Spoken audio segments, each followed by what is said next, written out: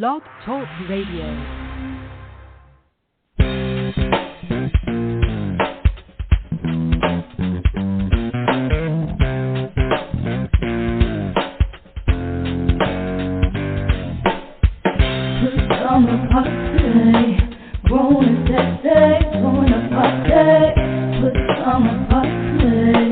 Party crew, keep it real for you. No clothes allowed. Pajama Party.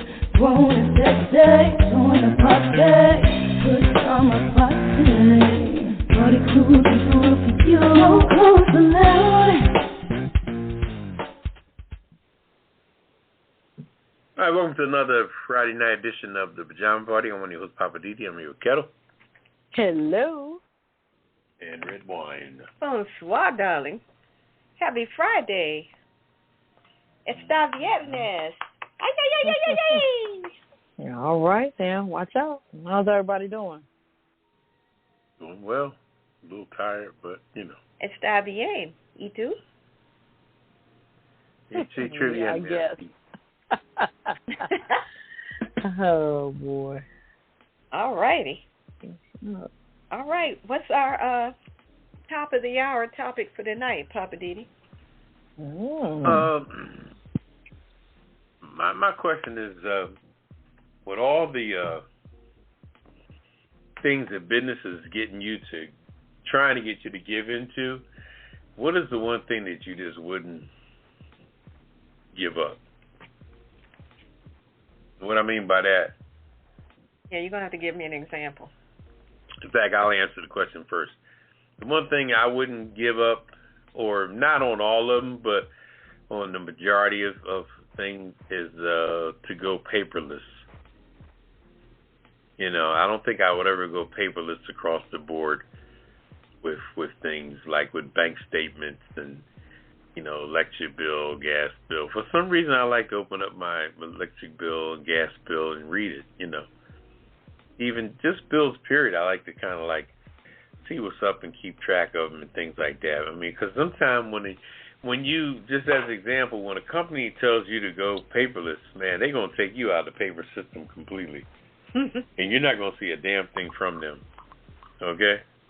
Right. So that's just one thing. I mean, and okay. I'm saying that as an example of, you know, whatever, because business is trying to say a lot of stuff when it comes to your cell phone, this and that, you know, whatever they want to recommend to you, you know all the stuff out there that they're trying to lure you into. Right. What's one thing, no matter what businesses offer you, that you say no every time? I would say I have two.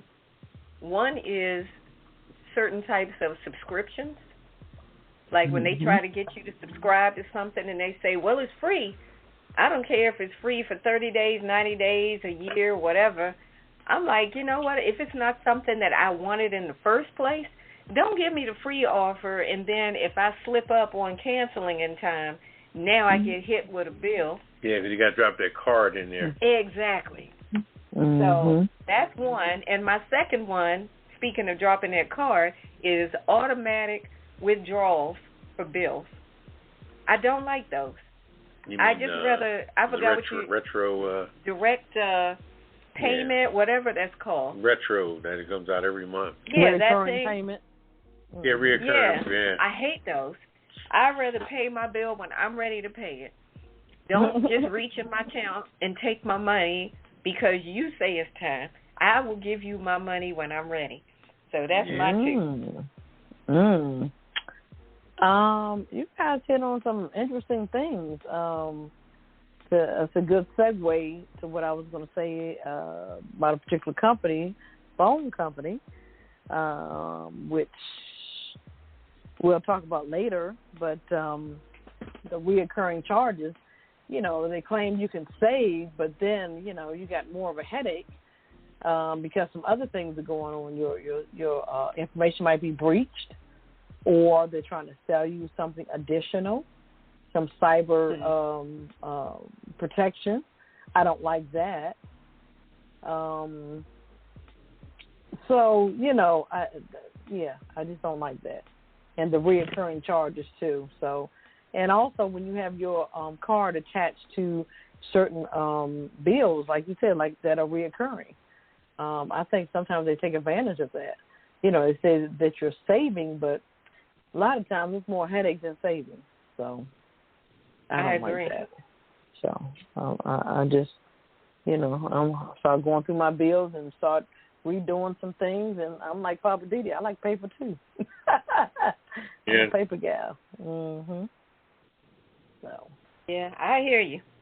I tell you, the other thing that irks me is when you have your information already recorded with them, and then if something is wrong, and they've already, you know, even if you paid it correctly, but they didn't bill it right. Bottom line, what I'm trying to say is if the mistake is on their end, they're quick to get their money on time, but when it's their mistake, why does it always take so long to get the money back? You know, they can snatch your money in the blink of an eye, but then when they say, oh, well, we'll give you a refund, and it may take up to 2 to 3 weeks, I'm like, how? It took you 3 seconds to get that money out of my account.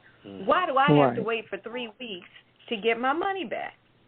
That's some bull crap. I think they just hold your money so they can get more interest on and use it, whatever it is that they do with it, and they give it back when they're good and daggone ready because they know they got you over a barrel. Right. You know, they do that. Yeah, they do that also with hotels. If you go into a hotel and you need to hold, they may hold $100, $200 for incidentals. Oh, it may take up to 2 weeks to get your money back. I don't understand that. Why is that? You know, to get your credit back on your account. I'm like, I think we need to start calling the BBB on them and to see how fast we're going to get our money back. So, you know. I agree. All right. Well, that's just something to think about. Yeah, for sure. All right. So what you got on the rundown for tonight, Kel? All right. We got quite a bit. Sizzling hot off the press for sure. Some things I haven't even heard about this week. Our hot topic tonight, Education Department will erase $5.8 billion, I said billion, in loans for borrowers with disabilities. Also, bizarre Capitol Hill bomb threat, and the latest on Afghanistan. Also, our hit and quit it headlines. Hypersonic jet can fly from New York City to London in under an hour. Wow. Also, here we go. T-Mobile probe into breach finds more customers hit. Also, R. Kelly trial, latest news. Also, former Florida sheriff spent thousands in taxpayers' money on life-size bronze statue of himself. Also, Southwest pilots, flight attendants say they're exhausted. Pilots ready to picket. And Russia claims U.S. rigged the Olympics. Also, our cocktail of the week, I got a surprise for you. What's poppin' with Poppa DD? Our weird news. Rope bridge over busy English road keeps squirrels out of danger. Also, baby shark born in aquarium tank where only females are kept. Theme parks robot plans have people freaked. I'm just saying with Redwine, here we go again. Living for the city with Poppa DD. My Hollywood wrap-up and the kitchen list. Sit back, relax. And also the last word. So sit back, relax, get your favorite cocktail, and we'll be back with the hot topic. You're in the right place at the right time. It's the Pajama Party. www.apajamaparty.com. Produced by DC Homegrown Entertainment. Don't just sit there yelling at the air. You've got an opinion? We want to hear it too. Dial 914-803-4306. That's 914-803-4306. Don't let us have all the fun by ourselves. We've got room for you at the Pajama Party. And remember, it's PJs only, no clothes allowed. Operators are standing by. Well, they're lounging on pillows, but they're waiting for your calls. So call us now, 914-803-4306. Now back to the crew and more of the Pajama Party. Oh, you want to throw pillows?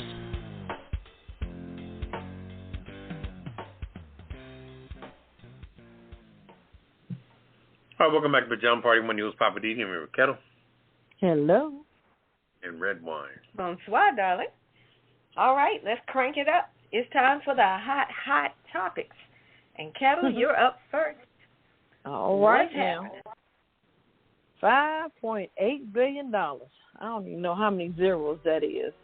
But the U.S. Education Department announced on yesterday that is discharging the outstanding student loans of more than 323,000 borrowers who have significant permanent disabilities, and will remove barriers for borrowers who qualify for this relief in the future. The announcement will erase some $5.8 billion in debt and marks a significant step towards fixing a troubled debt relief program meant to help borrowers with disabilities. Interesting. Also, the program is meant to wipe out the student loan debt of Americans who can no longer work due to a significant disability. But until now, borrowers who qualify for the program had to apply for the relief. So it goes on to say now relief will become automatic for those who are identified through a data match with the Social Security Administration.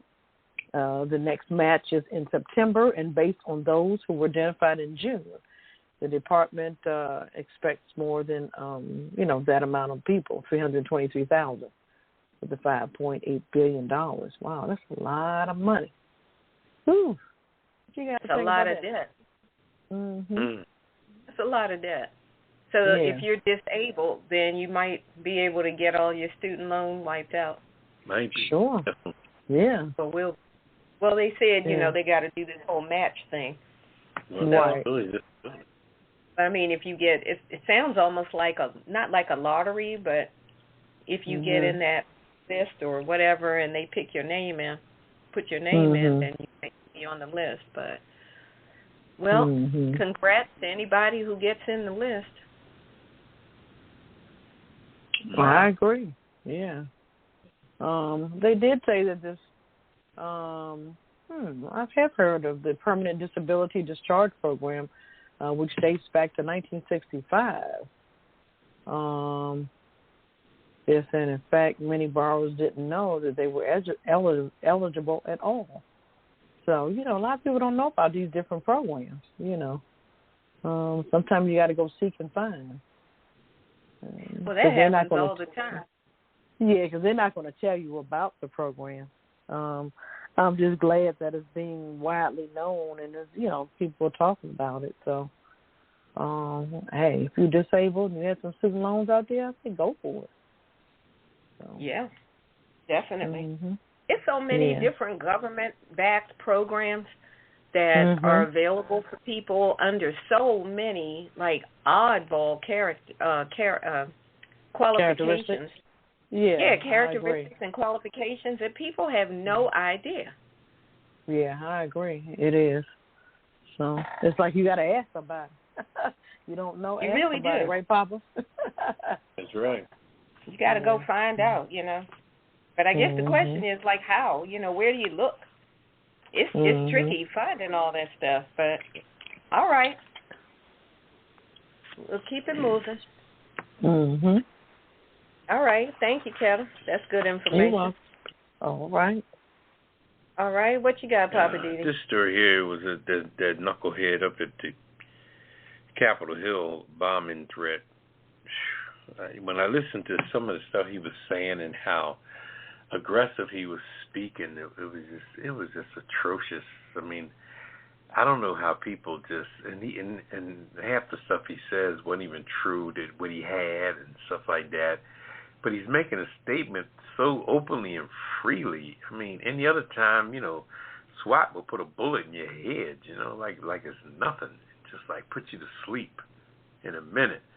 But it seemed like ever since the whole Trump administration, people had this unforeseen power, and they just one day come out with their mind lost and just start speaking in their complete white privilege, with no holds barred, living on the premise of Donald Trump's as angry as he used to get, and they got the same MO, and it's uncontrollable. you know. So anyway, the man who claimed to have a bomb and drove his pickup truck onto the sidewalk in front of the Library of Congress, sparking a hours-long standoff, okay, and facing a federal weapons and mass destruction charge, and will undergo a psychiatric evaluation. Oh, of course. My ass, throw his ass in jail. What the hell we need to know what's on his mind? He's crazy. He proved that, but the statements, words are vicious, and then making threats is vicious, and saying you got this stuff by yourself in a pickup truck, talking out loud, live streaming. What else does a person need to do to convict themselves of a crime? But now you're going to do a mental evaluation. Hell, we know he's crazy. What the hell are you trying to prove? What level of crazy he is? Mm-hmm. Anyway, his name is Floyd Ray Roseberry. He's from Grover, North Carolina. He appeared via telephone during a virtual appearance before the U.S. District Court Magistrate Judge Zella Fuji Friday afternoon, to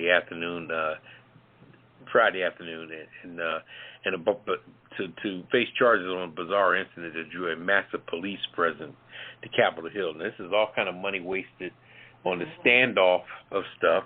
And if the clock goes over the time frame, now it becomes overtime for everybody, especially people that came to work at 7 o'clock that morning, supposed to get off at 3, and they're there until 6, so 3 hours overtime for 45 people, But anyway.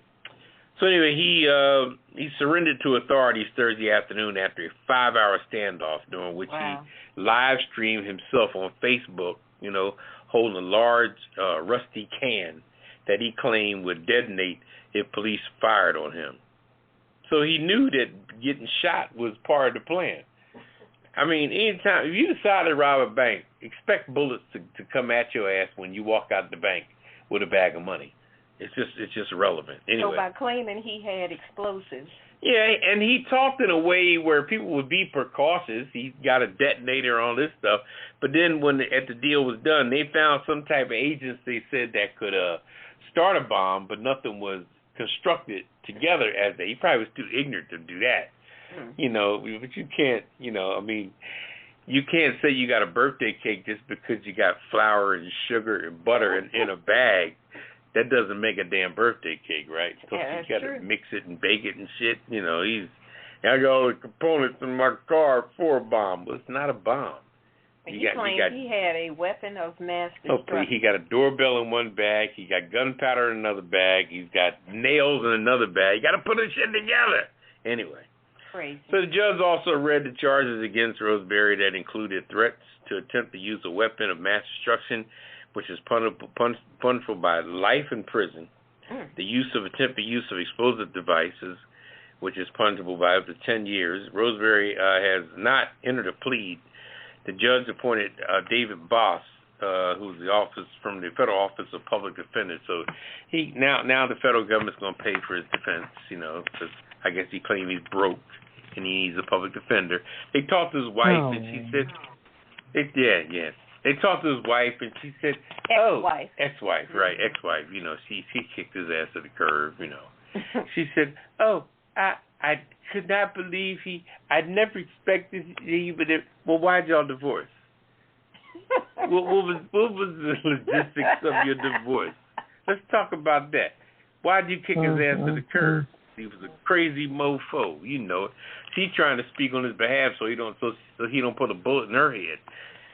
Shit, she know how crazy his ass is, but she said I heard that he said that he had not had what he called his mind medicine for 2 days. Oh Lord! So now it's like, so you off your mind medicine? I mean, for 2 days. you bring your pickup truck. I mean, this guy was a classic white boy, a classic white boy. He had the pickup, the attitude, the Trump disposition. It was classic. They said he was throwing money, like dollar bills, out the window, telling people to call the police, tell them clear the area, and Biden needs to put the flags at half, staff level, all of this stuff, because he didn't want to hurt anybody. Yeah, okay. I'm like, dude. And he even had a device. He said all the right stuff to not get his ass shot. So you ain't that crazy. Exactly. Okay? So anyway, I don't All I'm gonna say is if it was one of us, we'd be shot up dead. We'd be gone. We would have been the equivalent of Swiss cheese. Yeah. Right. Yeah. As soon as they determined there was no bomb, they would unload on his ass. Yeah, they out there writing messages on a whiteboard, yeah, trying to communicate with him. Yeah, he didn't want to use a phone. They offered him a phone. They got a robot to take a phone down to him. Oh, my God. And he turned that down, and, you know, he was just arrogant, which is, you know, classic Trump, you know, arrogancy. So now he wants to act like he's not competent. Yeah, of course, because his reality set in. Mm-hmm. All the guns and whistles is over. Everything is done. They confiscate your vehicle. Now you ain't got jack but the crap you had in your pocket, which is probably nothing. Okay. But see, my thing is, how can a nut, control the police department? You know what I'm saying? Oh, because he said all the right things. Yeah, I'm like, come on. He said all the right people. things and not get shot. I got a bomb. I'm going to detonate. When you say that, now you're stopping the threat, because you know SWAT is going to. If you're down there just talking stuff in an empty pickup truck, SWAT's going to be talking to you, and, you know, they could pick you off, push come to shove. But he said all the things saying the bomb's going to blow up two city blocks, and, you know, he got into it hard. You know, he had to protect his ass first and foremost. So yeah, like you said, he doesn't sound that crazy. No, he ain't crazy at all. All right, well. Yeah. Speaking of what's crazy, the latest stuff on Afghanistan. This, to me, is so difficult to even comprehend because it has layers like an onion. I've been trying to keep up with this story all week, and it's so confusing because you try to understand what's going on and why, and depending on what you read and where you get your information and who you hear it from, there's so many different angles to this. So the latest information that I got, which was fresh info, like maybe within the last 2 to 3 hours, they were saying that the Taliban has now moved swiftly to crush early opposition to hold across Afghanistan, undermining their repeated attempts to convince the world that their rule will be more inclusive than it was 2 decades ago. Desperate Afghans are trying to get out of there in that area surrounding Kabul's international airport, but the Taliban fighters are stationed right outside the area, and there's been a lot of shots fired trying to control the crowd. I did see that newborn baby that somebody had handed up to the U.S. military, so they did manage, I don't know whose baby it was, but they said the baby was reunited with their family. So I guess somehow the family had gotten over to where the U.S. was getting people out, but the baby didn't, so somebody handed the baby over there. President Biden, of course, is still defending the U.S.'s position. Everything is just chaotic. The president is saying that he's going to make sure that any U.S. citizens or people who helped, like the interpreters and things that are from Afghanistan, that if they want to get out, he's going to make sure they get out. I don't know how that's going to get accomplished with all of the madness going on, but they got helicopters now evacuating people, you know, those big military planes. Some countries are saying that they'll take some people and get some people out. So it's so much going on, and that stuff is like the updates are happening like every few minutes. It's something different going on. I feel so bad for the people there that are just caught in the middle of it. And I heard this one lady on the news who said that she's trying to get out, but eventually she wants to go back. And not to be disrespectful to somebody's country, but I found myself thinking, go back to what, for what? If the Taliban ends up taking over, what are you trying to go back for? If the reports are true about the harsh treatment toward women, why would this woman want to go back? I mean, I understand that's the country of your birth, but if it's jacked up, you need to make another plan. So that's all I got on Afghanistan. It's just so much. Was she by herself, or was it a family, or what? In the report that I saw, she was speaking by herself. I don't know where her family is or if she has other family members there that she's trying to get back to. But she was just, basically, she was just speaking as though, this is my country and, it's some, I would like to come back. And I just was astonished. Like, come back? Really? You just waiting for, some of these soldiers to come and harm you in some way? Anyway. Yeah, so. To me, this whole thing is just a hot mess. And I don't understand why they're bringing them here to in city. We have all this land in these different states like North Carolina, South Carolina, Texas. Send them folks out there in a rural area. Why bring them in the city where there's more chaos here? Because from what I've heard, they cleared out a shelter for them here in D.C. So, like, really? Okay. Yeah, Maryland's making provisions as well. Governor, he's making provisions. Hogan, he is. So I haven't heard nothing from the Virginia governor. So it should be interesting to see. I guess they said we don't want them here. I think the Virginia governor did speak up on it as well. Okay. Said something to that effect. I mean, like I said, there's other countries that are making provisions to send a plane and, or planes to get people out. But what I didn't understand is when you get them out, are you taking them back to your country or are you dropping them off? I mean, what are you doing? So I guess it's going to be a process problem. Well, go ahead, Bob. I'm sorry. This is the only war that America has finally got the inside track on. And this is why everybody's talking about it, because usually stuff goes unspoken on, like Vietnam and what's the reason for the Korean War and what was World War II all about. It was always rah, rah, rah. What do? We went there, what have you. But this Afghanistan thing, we've been here in Afghanistan for the last 25 years inadvertently, but nobody ever knew what it was all about. But now that it's been explained and it's been exposed. Well, I wouldn't say so much exposed, but it's been simplified about it. But one thing people have to understand, that it's just one country, and it's one group of people. These are Afghanistan people. The people, the ISIS people are just radical Afghanistan people. They're the same people.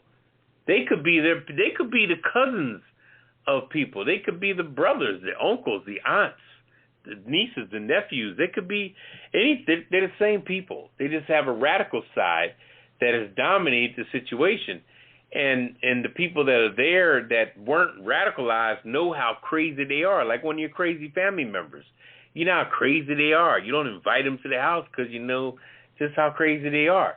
And they know what, and they're into, and everything they do is what they know. When they behead people, that's just part of their whole killing process, to behead people.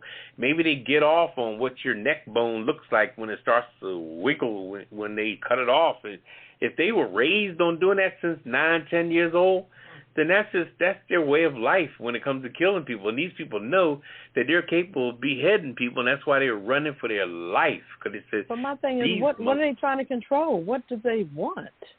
The They're land, trying to control the land, which they got. The land, of course, which they got. And one thing too, the one thing that we can never do in America, we can never go and try to conquer somebody in their own backyard. That's almost impossible. We were dropped over there, as a lot of people were dropped over here 18, 19 years old, coming from rural Minnesota or lived in Phoenix, Arizona or Philadelphia, Pennsylvania. And now they're in a place where they're fighting against people that know the terrain. They know the weather. They know the sandstorms. They know everything about that country. That's why most people get killed by IUD bombs and snipers and all that. They can hide behind stuff. And then America has dropped so much armament there, and everything is based on territories. When they take over areas, see how they were taking over territories? America has left everything over there, from Humvees to F-150 trucks to everything. I mean, you name it. We've left helicopters over there. Because when you take stuff over to war, you don't bring it back. you know? And we just left the keys and everything, and it's a whole production of vehicles over there. You look on the news, you'll see the Taliban driving in the F-150. You know, that's no later than driving in U.S. military vehicles. Military vehicles, and we brought all this stuff, and then we just left all. I think we should have kind of snuck out inadvertently. But then the flip side of this, and I'm not going to run on with it. Sometimes Americans don't want to leave when they say leave. You know, they done got their little families over there. They like the luxury. They like the freedom. They may like the little recreational drugs, the hashish and the black opium, and they just kind of living a life, you know, footloose and fancy free. And they say, look, y'all got to get out. We got to get out. Then all of a sudden, when the S hit the fan, now America's saying, well, we can't get from the embassy to the airport. Well, we told your ass to leave 2 months ago, and you've been pussyfooting around. You know, so you know it's deep. It's deep. Anyway, I'll leave that alone. Yeah, you're right. It's a deep mess. Yeah, it's a mess. Yeah, hot mess. Yeah, well, right about that. God bless them. Yeah, I was going to say pray for them, because that's a mess. Mm-hmm. Those people that were clinging onto that airplane and the body they found in the wheel well that was all messed up, mangled, decomposed, people were that desperate that they were hanging on to the outside of the wing of the plane. And as that plane started going up in the air, and I guess the wind velocity eventually, I mean, you can't hang on to the outside of a plane. And eventually people started falling off. People fell to their death. I guess they figured, I'll take my chance on the outside of a plane rather than stay here. And all they need when they travel is their laptop. Everybody talks, they say, oh, I only had time to grab a bag and my laptop. Everybody lives off their laptop. Their laptop is connected internationally to everything. Their money, their situation, their communication, everything. And one lady said, oh, all I do is could grab my laptop. Everybody talks about grabbing their laptop, and that's all they need. And because, you know, they may bank over here. They may be with Wells Fargo or Bank of America. You never know. You know, just like we got Swiss bank accounts, they got American bank accounts. Anyway. That's something to think about. Yeah. All right. Well, if you want to join the conversation, hit us up. Wait a minute. What's the number? 914-803. Thank you. 4306. I got that part. And press 1. And press 1. Press 1. We're going to take a quick break, and we're coming back because we've got more for you on the Hit It and Quit It headlines on the other side of the break on the Pajama Party Show. It's another Friday night at the Pajama Party Show, and we're here with our PJs on because you know we don't allow clothes in here. If you enjoyed the Pajama Party Show, why not invite a friend or tell a neighbor to tune in right now? Go ahead and text them. I'll wait. Tell them to call us right now at 914-803-4306. And if they want to join in on the conversation, tell them to press 1 so that we'll know they have something to say. We'd love to meet your neighbors, friends, and relatives, so send them a text, email them, or call them up and tell them to join us for the Pajama Party live on Blog Talk Radio. The more the merrier. Or is it Misery Loves Company? Or whichever. Tell them to call us up on 914-803-4306 if they just want to listen, or press 1 if you want to join the conversation. Now let's get back to the crew and more of the Pajama Party Show while I try to find out who hid the belt from my robe. I tell you the truth. Y'all know you're so wrong for that.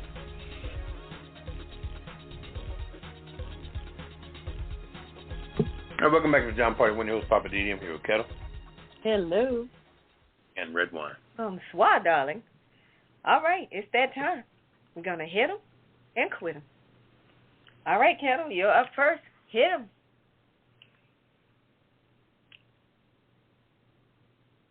You ready, Ketel? Quick. I'm sorry, sweetie. All right. Hello. I guess one too many cocktails, I guess. Cocktail of the week. This article says, forget the supersonic. This hypersonic jet can fly from New York City to London in under an hour. Wow. That thing is going some kind of fast. Supersonic flight is arriving in a hurry. And in the last 18 months, Boom has successfully tested its XB-1 demonstrator aircraft in pre-solid 15 of its still in development 30-seat Overture models to United Airlines. Wow. Virgin Galactica and Rolls-Royce rolled out a partnership to develop a 19-seater. Even the Russian Federation revealed plans to build a supersonic jet for commercial use as well. But last week, the Atlanta-based company announced a $60 million award from the U.S. Air Force to finance testing of the aircraft. Like the Greek god, was it Hermes? This Hermes is designed to travel seamlessly between worlds with a projected top speed of 5.5 or 4,219 miles an hour. Oh, my God. That makes it the fastest reused aircraft on the planet. The speed will come from a unique engine setup, a turbine-based combined cycle.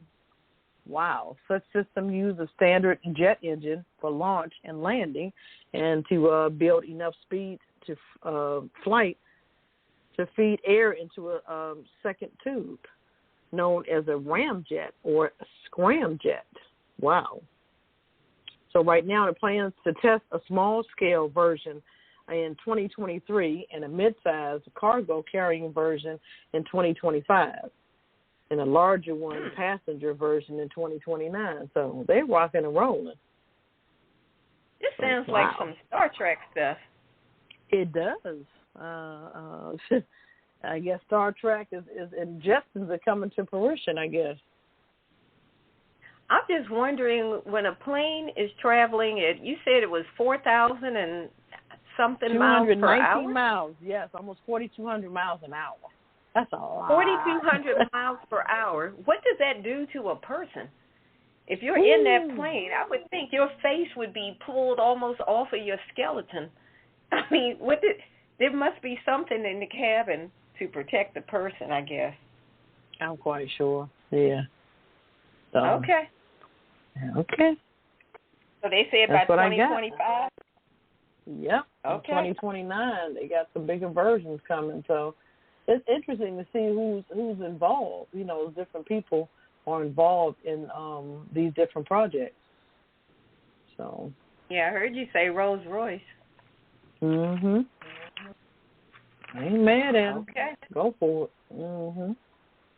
Sounds expensive. All yeah, right. it does. Hit 'em. All right, Papa. Hit him.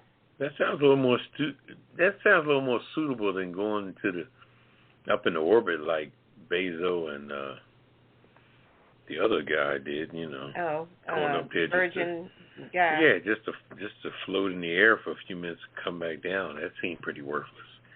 Anyway. All right, moving on. T-Mobile. Okay, they're into a breach. Finds more customers that it would hit with the breach. Oh boy! But the sad part about it, I don't think they're really taking it that serious because they really don't care. Because I think T-Mobile looks at their product as a fun unit and not really a serious unit. So I guess they expect you to take care of the problem anyway. They said on Friday an ongoing investigation into a data breach reveals that hackers accused has accessed personal information from more than 3.5 million customers, okay? Jeez. Bringing the total number of people affected to more than 53 million people, all right? Now, if that was the case of any major situation, it would have made like national news. It wasn't sure it made national news, but it would have been an investigation that's wide open. But when I look at TV, I see T-Mobile still advertising. You know, for people 55 and older, we give you 2 phones for blah, blah, blah, blah, blah. Or you have to do T-Mobile, blah, blah, blah. Or T-Mobile Tuesday, blah, blah, blah, blah, blah. The commercials are just, nothing's changed. You know what I mean? It's always advertisement the way it's supposed to be to compete with where we're competing with, whether it be Verizon, Xfinity, whatever other cell phone businesses out there. We have to dominate and compete. But the problem is that it's spending too much money on advertisement and not enough on securities. Okay? Now, they said that you can get, when people ask, what do you do to remedy the problem, what do they offer them? A 2-year McAfee plan. Mm-hmm. They say, we'll give you a 2-year McAfee plan for free. Yeah. And after that, it's going to cost you $30 a month, something like that. Now, what kind of suggestion is that to give somebody that done already, when you got hacked, it means that your pants got pulled down. Okay, so you're butt-ass naked. So instead of you recommending or doing something about the problem, you're telling the customer that we're going to give you 2 years free McAfee. Why don't you just improve your own securities of your own network from the beginning? But you're spending millions to be the main advertiser on a Super Bowl with The Weeknd. Okay? The Weeknd. Well. Starring, brought to you by T-Mobile. Mm-hmm. Okay? And how much did that cost? To sponsor that whole... Millions. To sponsor that whole Super Bowl situation.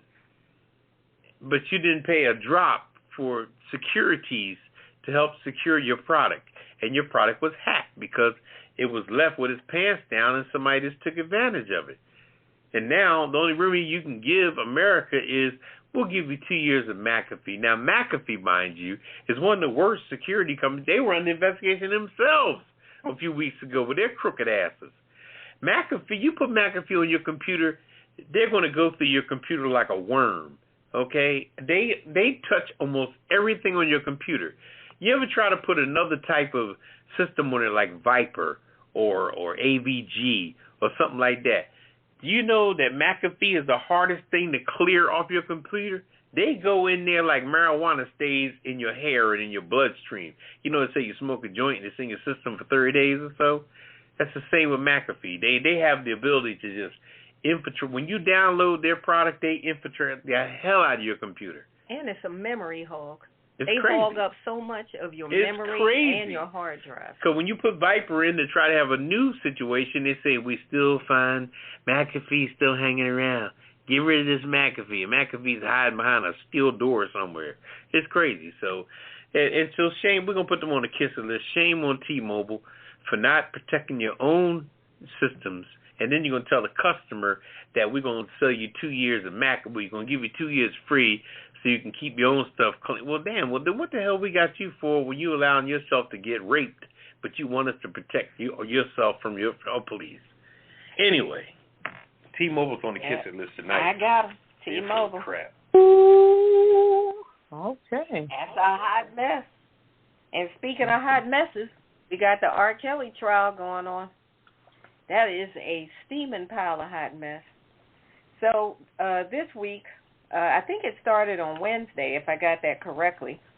So starting with Thursday, you had his personal physician, who's been his doctor for 25 years, took the stand and testified about all this stuff about him treating R. Kelly for genital herpes since at least 2007, after prosecutors were alleging that R. Kelly knowingly infected multiple people with an incurable sexually transmitted disease.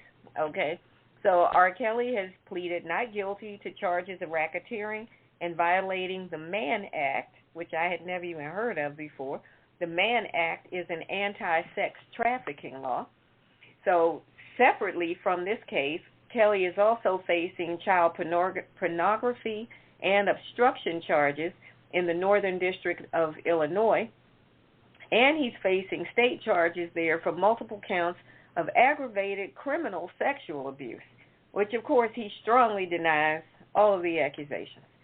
So one of the underlying acts that's alleged against him is that he knowingly infected women with herpes, which is a violation of public health laws, because if you know you have that, a transmittable disease like that, you are supposed to notify your sexual partners prior to engaging in sex that you have, whatever the situation.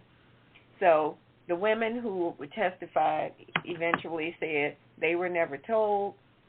So let's see. You had Chris McGrath, who's a Chicago-based physician, specializing in internal medicine, is the person who testified saying that he had been treating R. Kelly since 1994, and he gave all this testimony about the drug. I think it's called Valtrex, something like that.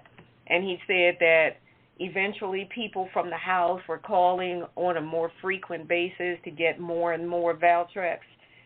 So, and he had also treated some of the women that were there at the house. It's just, this thing is like, it must be like watching a crazy movie. So you also had Geronda Pace, who's now 28. She testified that R. Kelly had sexually abused her in 2009 when she was just 16, and that after a few months of unprotected sex, she developed genital herpes. She said he never told her that he had it, etc., and the doctor ended up giving her the same Valtrex medicine. But what was crazy to me is that now she testified that she first met him when she went to his trial for the previous charges in 2008, which he was acquitted from, and then he eventually invited her to come to his house by 2009. She went out to the house, and then that's where all this other stuff started happening. So I won't even go into all the details, but you can read about it if you want to know.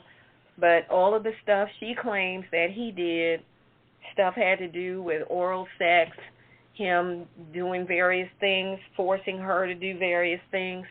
She ended up wiping off semen with a shirt that she kept, that she eventually gave to her attorney when she decided, after she got away from him, that she decided she wanted to file charges.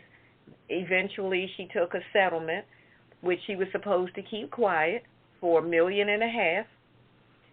She told a friend who recorded the conversation. It got back to R. Kelly that that Geronda had not kept quiet. So the attorney, I guess for R. Kelly, said, you breached the agreement.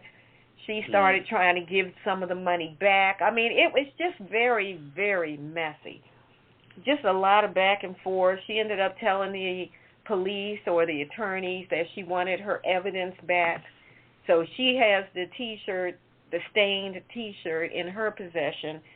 It just goes on and on. He told, she said she told him that she was only 16. She showed him some state identification, and he said to her, well, what's that supposed to mean? And she claims he told her, well, just tell people that you're 19, but act like you're 21. So, again, a lot of he said this, she claims he said this and that. His attorney is saying R. Kelly never sought out any of these women, that they were basically fans/groupies, and they came to him. So I don't know how this is all going to end up, but I have a feeling Brother Man's going to stay in jail because it's just too much stuff. Sounds like a lot. It's a lot. It'll wear you out. Oh, gosh. It's crazy. So, anyway, we'll see how his trial goes along, but he keeps claiming he's innocent. And they said, no, you guilty.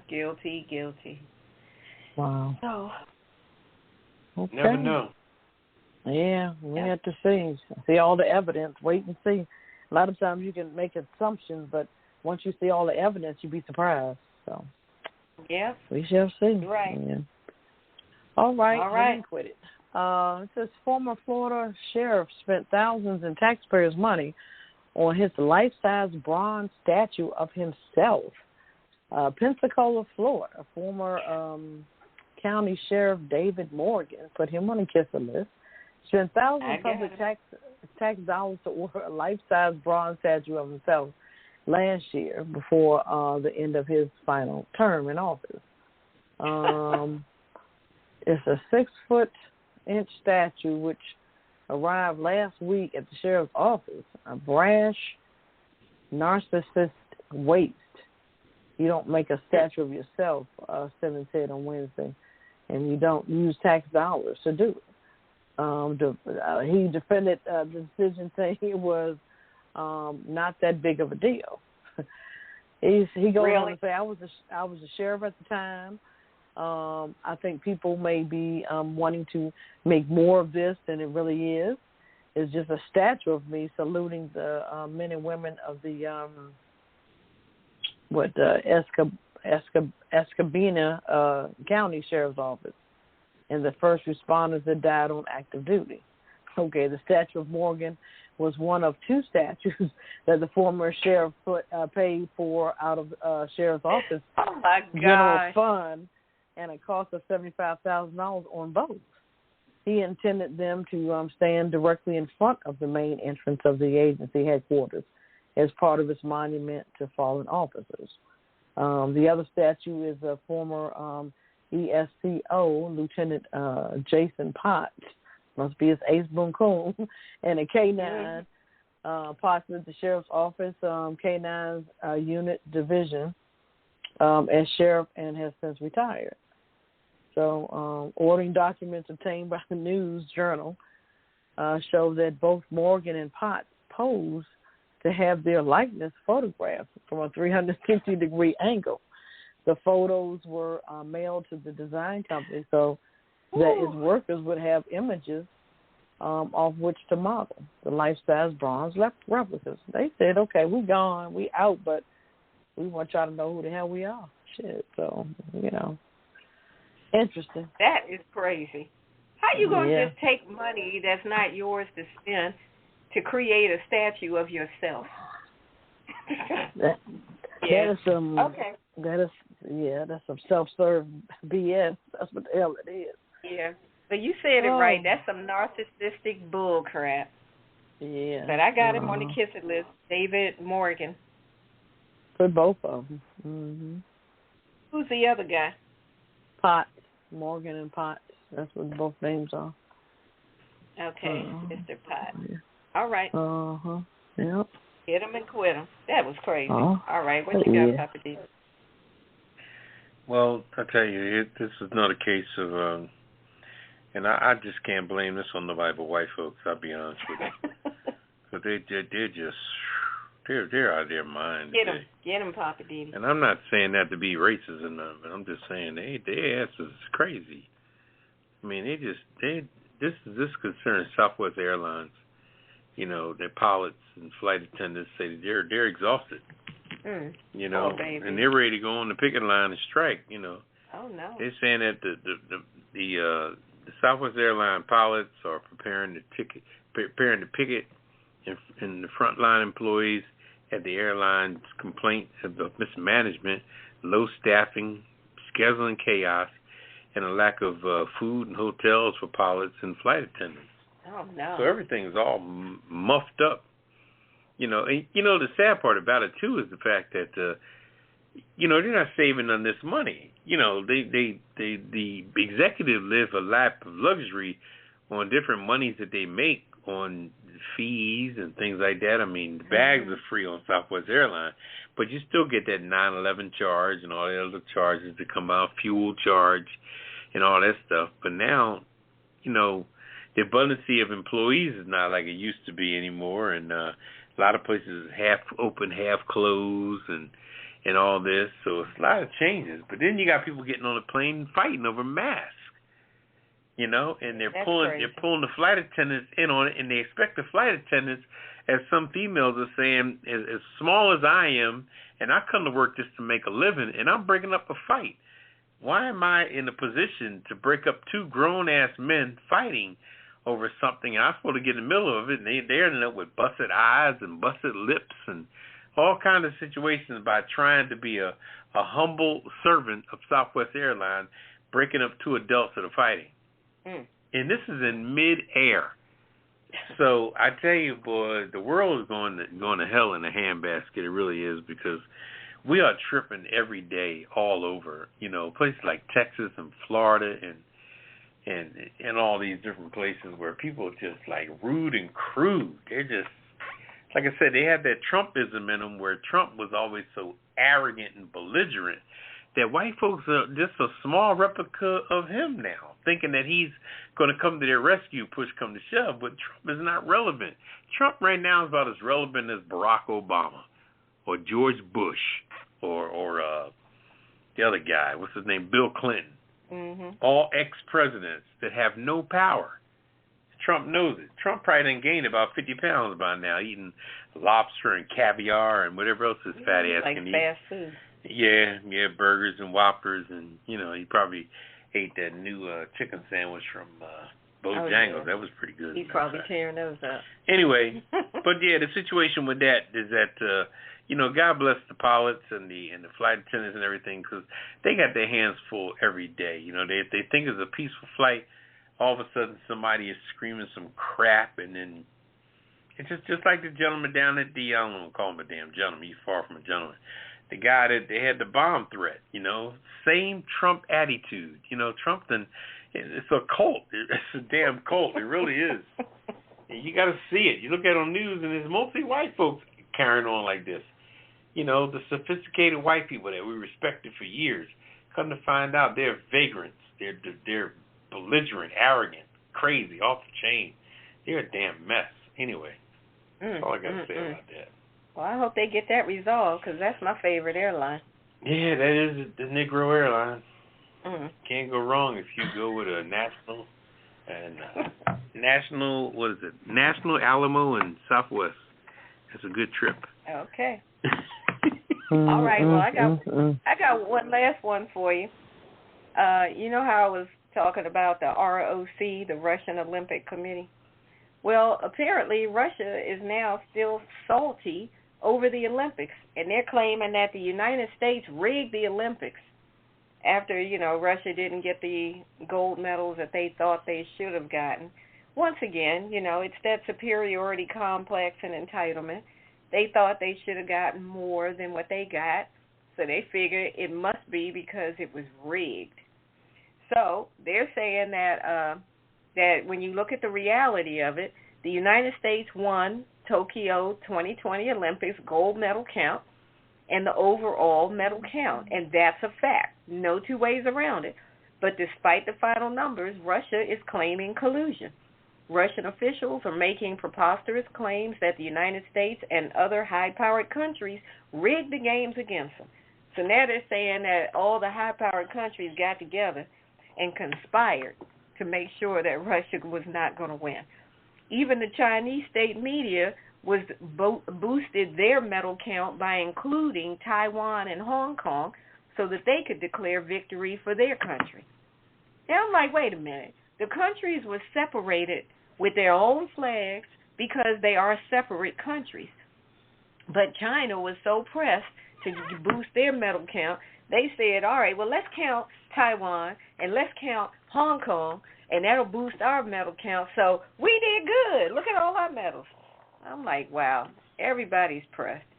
But Russia's accusations of cheating takes on a whole new level because they're saying it was a conspiracy. So, of course, we already talked about this a few weeks back about the whole state-sanctioned doping scandal, which is what got them banned in the first place. And as I have said before, if you're banned, you should be banned, and that should be it. But anyway, the bottom line is that the medal count was good for third overall and fifth in gold medals, but they were not satisfied with that. They said that this is their lowest finish since the 1912 Olympics in Stockholm. So now they're pissed. I guess they felt like we should have been on top. We are Russia. We are the best. How is this possible? It's collusion. So Russia is tripped. And then they went on to talk about, with the rhythmic, or they call it artistic gymnastics, they were pissed because somebody won from, what country was it? Israel. The young lady who won that event was from Israel, and they were like, well, she dropped her baton. How did she win? But they forgot about how when they won the last Olympics, they dropped their baton too. So Russia need to go somewhere and sit down. That's all I'm saying. I don't know why they act. Well, I know why they acting like that. That's their entitlement. Are they on the kiss the list? Yeah, I'm just gonna put Russia in general. They're terrific. Just sore losers. Sure. You know, you can't win all the time. Yeah. If you came in third, they came in third. But they got gold medals and stuff like that. They got different medals, so they play. But this is Russia. Russia is supreme. But they did good in the Olympics. That ROC. Yeah. They did good. But overall medal count, they came in third. U.S. came out on top. No, it's the same and way. They figured it must be, tricky. They said U.S. and other high-powered countries That's just was the way tricky. it is. It's just like when you it's tricky. When you go to a poker, somebody gonna win, somebody's gonna lose. Somebody gonna break even. So of course the loser can always jump up and say, "You cheating? You dealing from under the bottom." But whatever. This is what drives people to cocktails. Anyway, speaking of cocktails, it's time for the cocktail of the week. You got one for us tonight, Ketel? Can we take a little CC and come back with the cocktail? Okay, we'll take a break and we'll come back with the cocktail of the week. You're listening to the Pajama Party Show.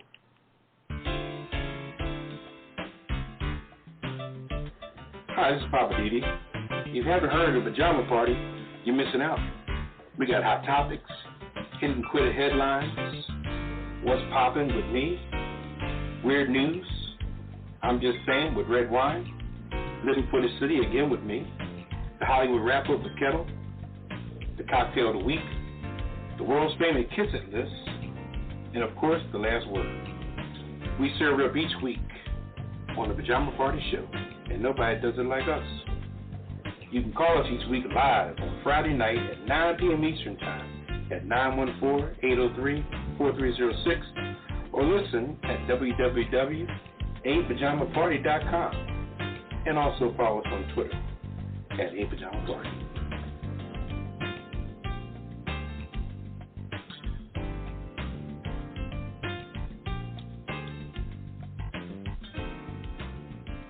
All right, welcome back to the Pajama Party. I'm your host, Poppa DD. I'm here with Ketel. Hello. And Redwine.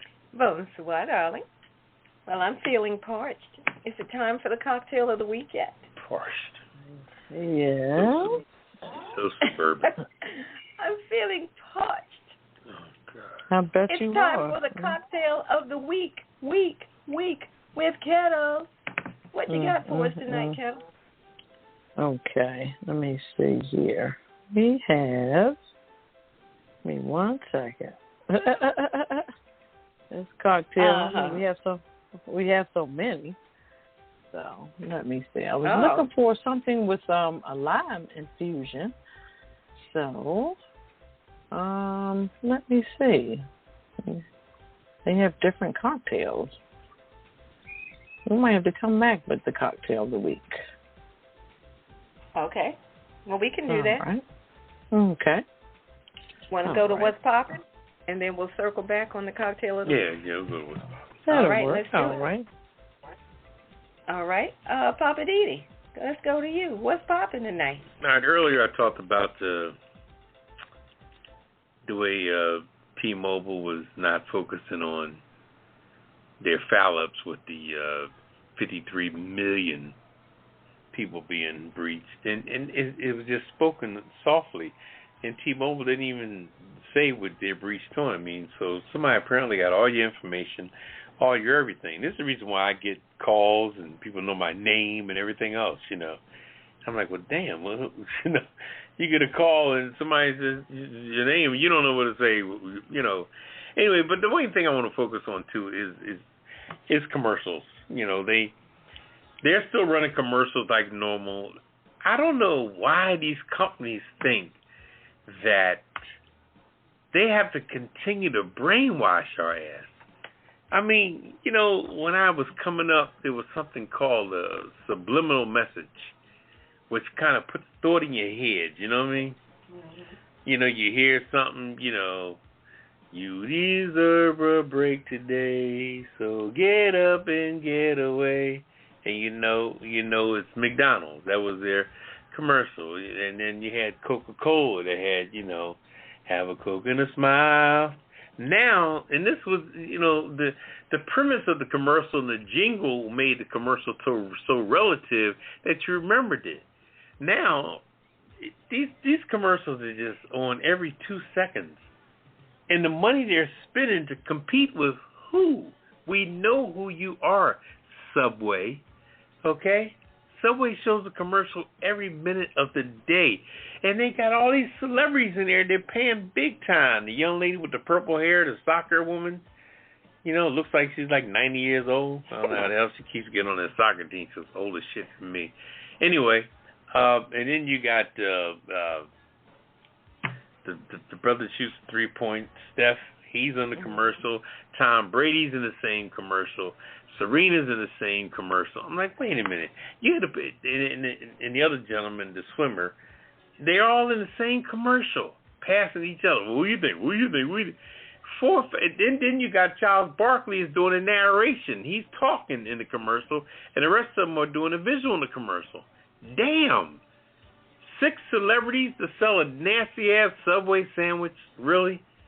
And then let's jump over to Emo and Doug with Liberty Mutual. I've never seen... Oh, my God. Liberty Mutual has me fucking gagging. Man, these commercials are just on every 2 seconds with this old, degenerate-looking fart with this overgrown, whatever that is, hen or whatever. What is it? What is Emo? Emu is... I don't get it. Yeah, I know, but I've seen them 1,000 times. I get it. You know? And then you got Flo with Progressive. I've seen her 1,000 times. I'm not going to forget your shit. I'm really not. You know, the little Geico guy with the, you know, the little gecko, the little, what is he, Australian, British, what the hell is he? I'm not going to forget y'all. I see a commercial every 2 fucking seconds of the day. And that's not subliminal. That's brainwash. You know what I mean? You might as well give me a Colt outfit to put on, and I'll follow your ass like the Pied Piper. That's how fucked up you got my head. You know? And it's like, it's just unbelievable.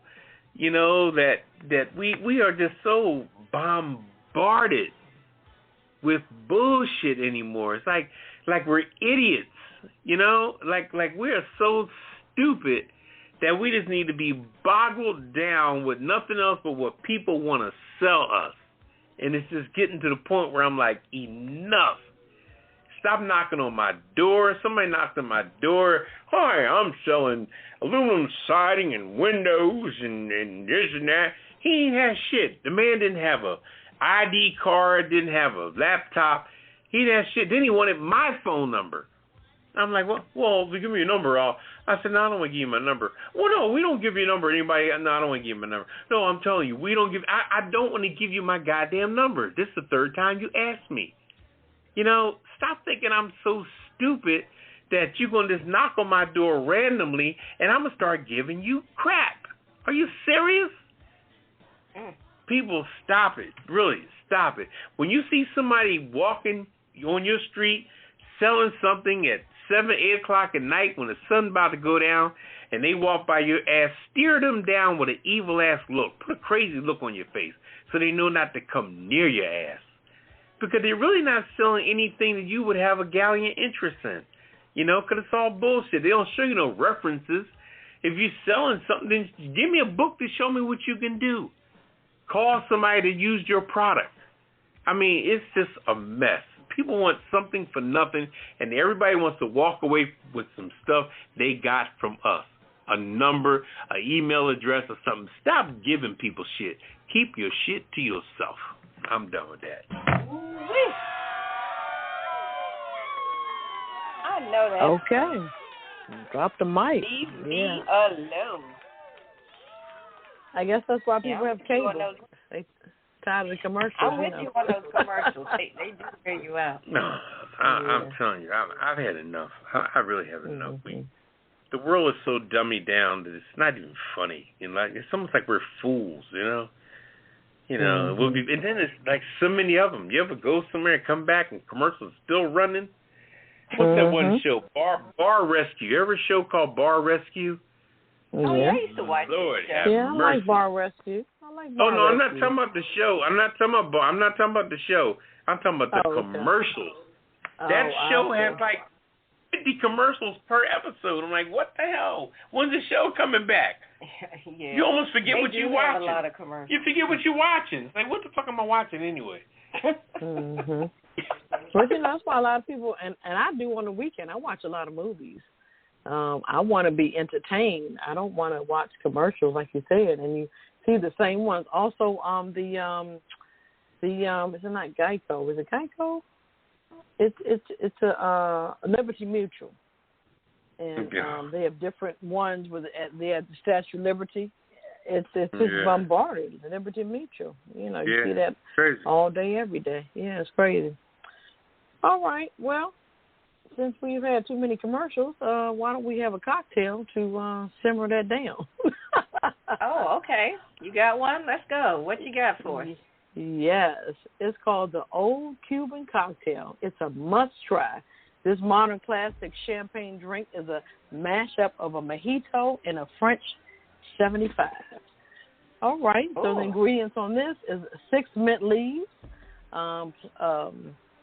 plus some more to garnish, 3/4 ounces of fresh lime juice, 3/4 ounces of simple syrup, 1.5 ounces of aged rum, or a little more if you like. I do. 2 dashes of Angostura bitters, and 2 ounces of champagne or Prosecco, whichever you prefer. So in a cocktail shaker, muddle the mint leaves with lime juice and simple syrup. Add the rum and bitters and fill the cocktail shaker with ice. Shake until cold, then strain into a cocktail glass. And then we're going to top it off with the champagne or Prosecco of your choice and garnish with the additional mint. And this is the Old Cuban cocktail. So, that sounds really tasty. It sure does. Too bad the glass is too small. I had to put in a bigger glass. Oh, boy. Yep. But that's it. Mm-hmm. All right. The Old Cuban cocktail. I like it. Oh, for sure. Mm-hmm. So, yeah. All right. Well, since I got the mic, I might as well go ahead with the lighten it up, as I say, with the crazy, weird news we got going on. Oh, okay. Go for it. All right. Why you always give me the ones with the squirrels and animals? Okay. Rope bridge over busy English road keeps squirrels out of danger.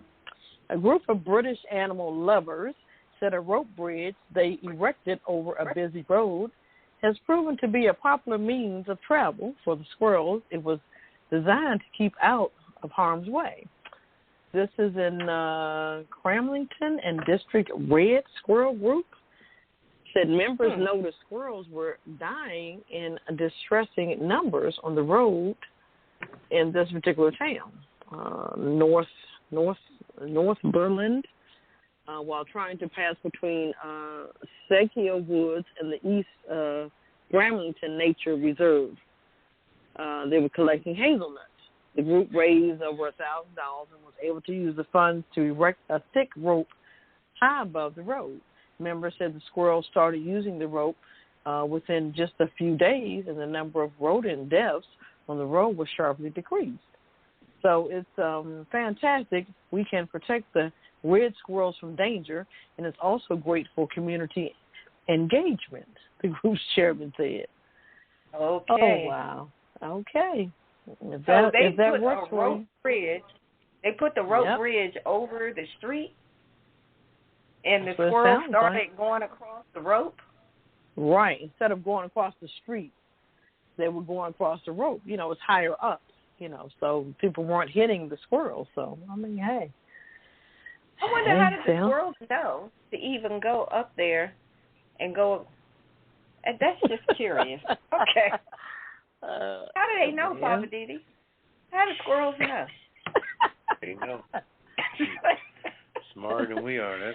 Don't you see squirrels on the wires and stuff, like the telephone wires? I see them running all the time with nuts and stuff and berries or whatever.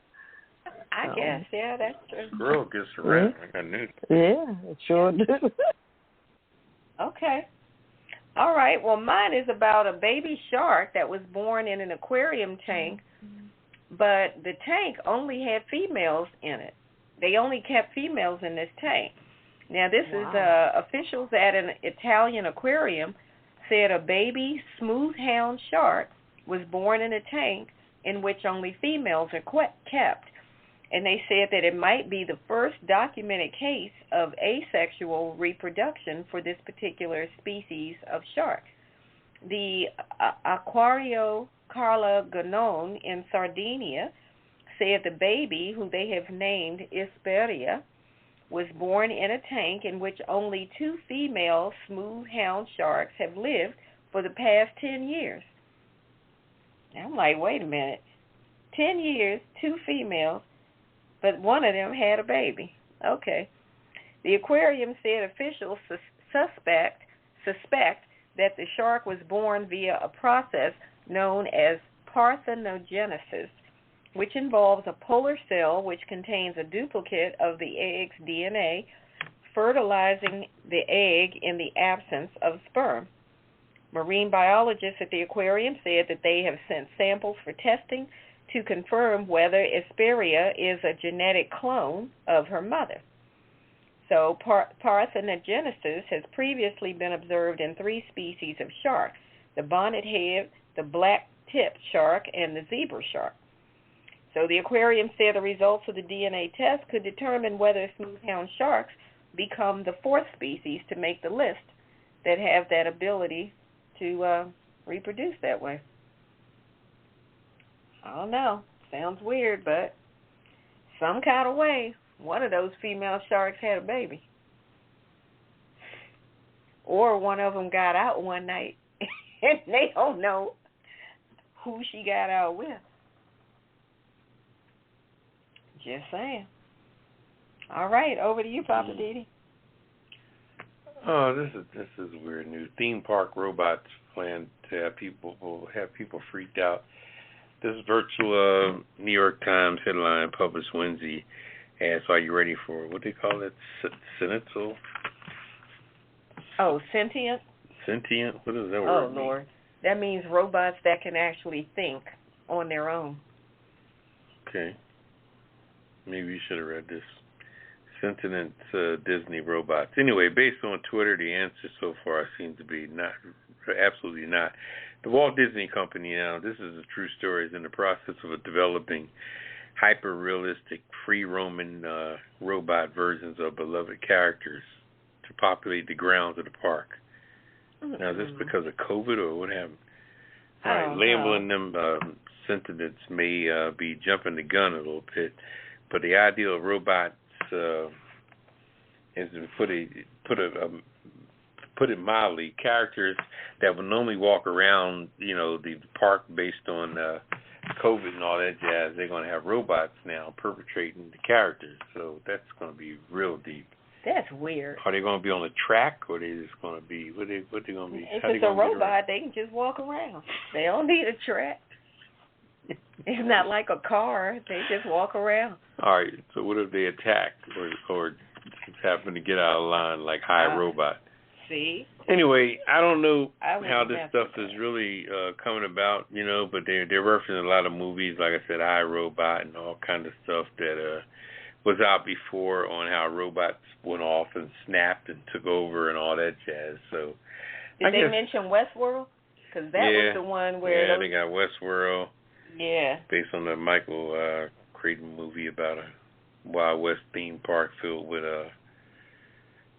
androids, and they're trying to distinguish them and all that jazz. And yeah. See, I saw Westworld, and in that movie, you couldn't tell the difference.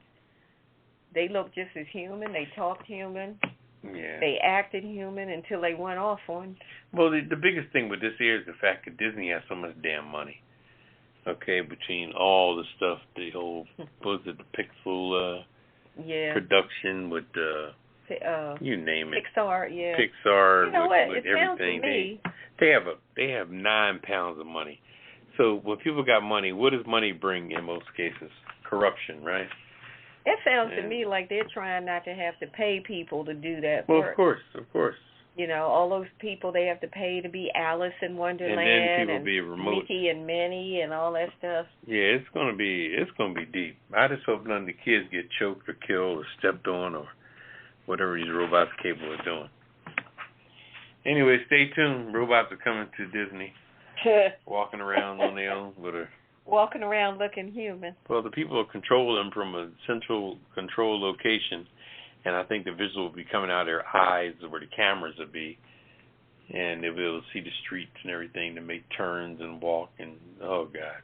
See, that's the thing. If they are considered sentient, that's like having artificial brain.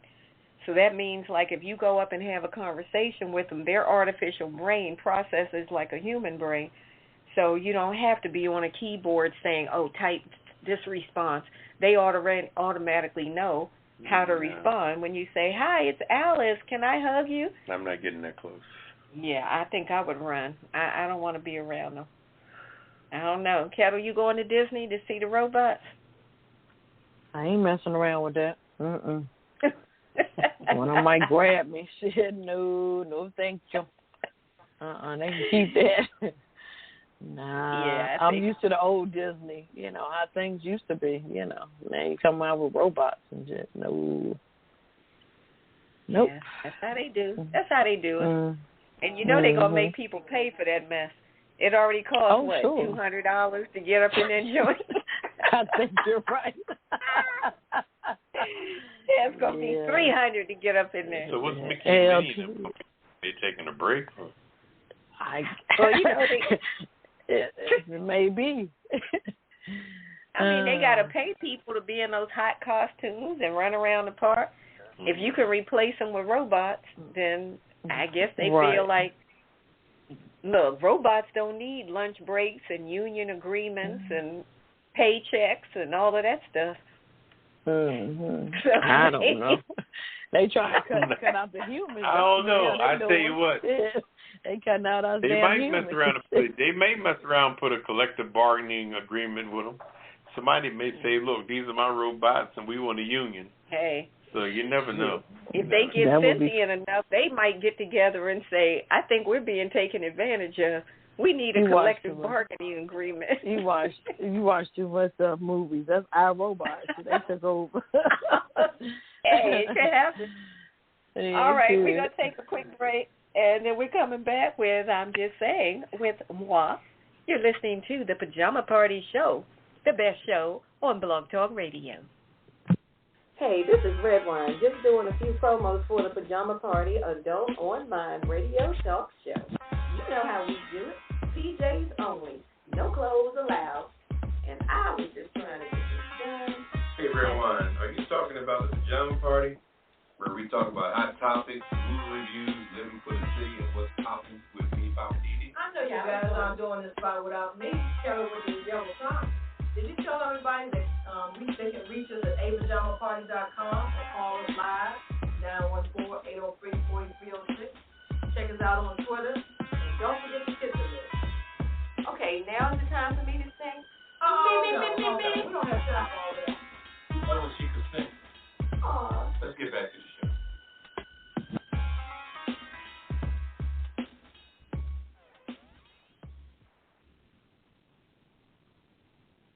All right, welcome back to Pajama Party. One host, Poppa DD. I'm here with Ketel. Hello. And Redwine. Bonsoir, darling. Oh, my. I'm still tripping off those robots. But anyway, all right, it's time for I'm Just Saying. I got one for you tonight. Here we go again. Get it in. Can I go ahead and get it in? All right. Here we go again. So there's yet one more case of living while black that happened when police handcuffed a black man and his teenage son and their real estate agent when they were trying to tour a home for sale in a Michigan neighborhood. And all of this happened because a nosy, busybody white neighbor falsely accused them of breaking into the house. Now, the guy's name is Roy Thorne, 36. He's 46. His son is 15 years old, named Samuel. They've been searching for a new house in the Grand Rapids, Michigan area for several months with Eric Brown, who's their black realtor. So on the 1st of August, they met with their realtor, Mr. Brown, and they went to see this 2-story brick house for sale in some little suburban area in Grand Rapids called Wyoming. Samuel, the 15-year-old, was the first to notice the police were surrounding the house. I guess he looked out the window and saw cops running around, and he noticed that they were making hand signals, so he alerted his father and looked outside, and I'm just saying, like, here we go again. They just in there trying to take a look at the house for possibly to buy it, and now they got to deal with all this.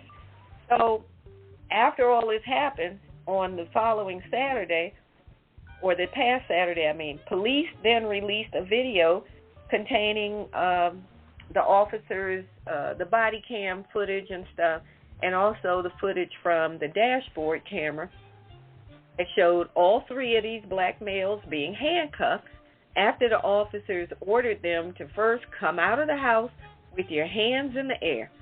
So all 3, Brown, Thorne, and the 15-year-old son, Samuel, can be seen on the videos complying with the officers' orders, and after about 10 minutes, they were released. So they were still detained in handcuffs for a good 10 minutes. But you can hear the officers telling Brown and Thorne and his son that it was a neighbor that reported them to the police suspicion of breaking and entering into this house. Now, the police said that a person was previously had been arrested for coming into this house back in July for breaking into, at that time it was a vacant home.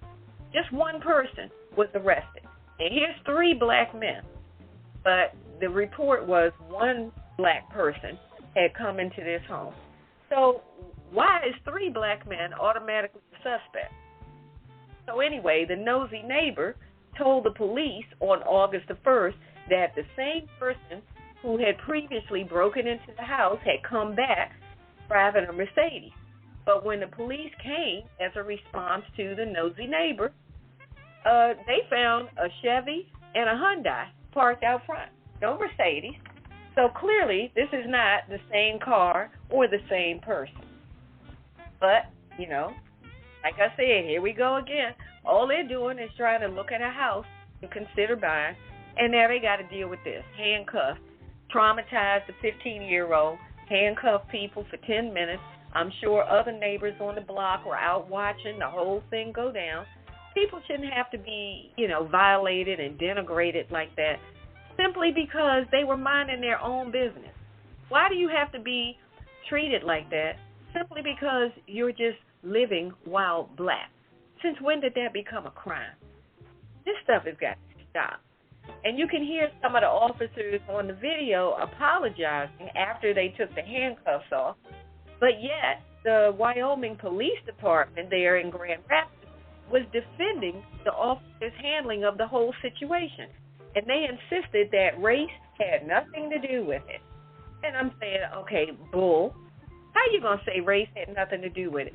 Not one time did they even ask, what are you doing here? What's happening? You just automatically responded to this white lady who called and said, black people are breaking and entering. You need to come get them. So they came, surrounded the house, throwing hand signals silently, and then demanded that they come out with their hands up. Instead of knocking on the door and asking for some identification, find out who are you, why are you here, that would have squashed the whole thing. But they don't even go that route. You want to handcuff the men, then you want to find out what's happening. It should have been the other way around. I just feel like if this was non-black folk, it wouldn't go down like that. I'm just saying, this kind of stuff continues to go on, and these nosy white people that keep calling the police about black people that are minding their own business need to mind their own business. All we're trying to do is just live. We're not doing anything different than what y'all do. We go to the store, we go to work, We go shopping. We go out and play and do things, sports, etc. We hang out. We go eat out. We do the same stuff. The only difference is that we get arrested for it, and y'all don't. Enough is enough. This is Redwine, and I'm saying, here we go again, and it needs to stop. We need to get off of this freaking merry-go-round. I know everybody is tired of it. I know I am. That's all.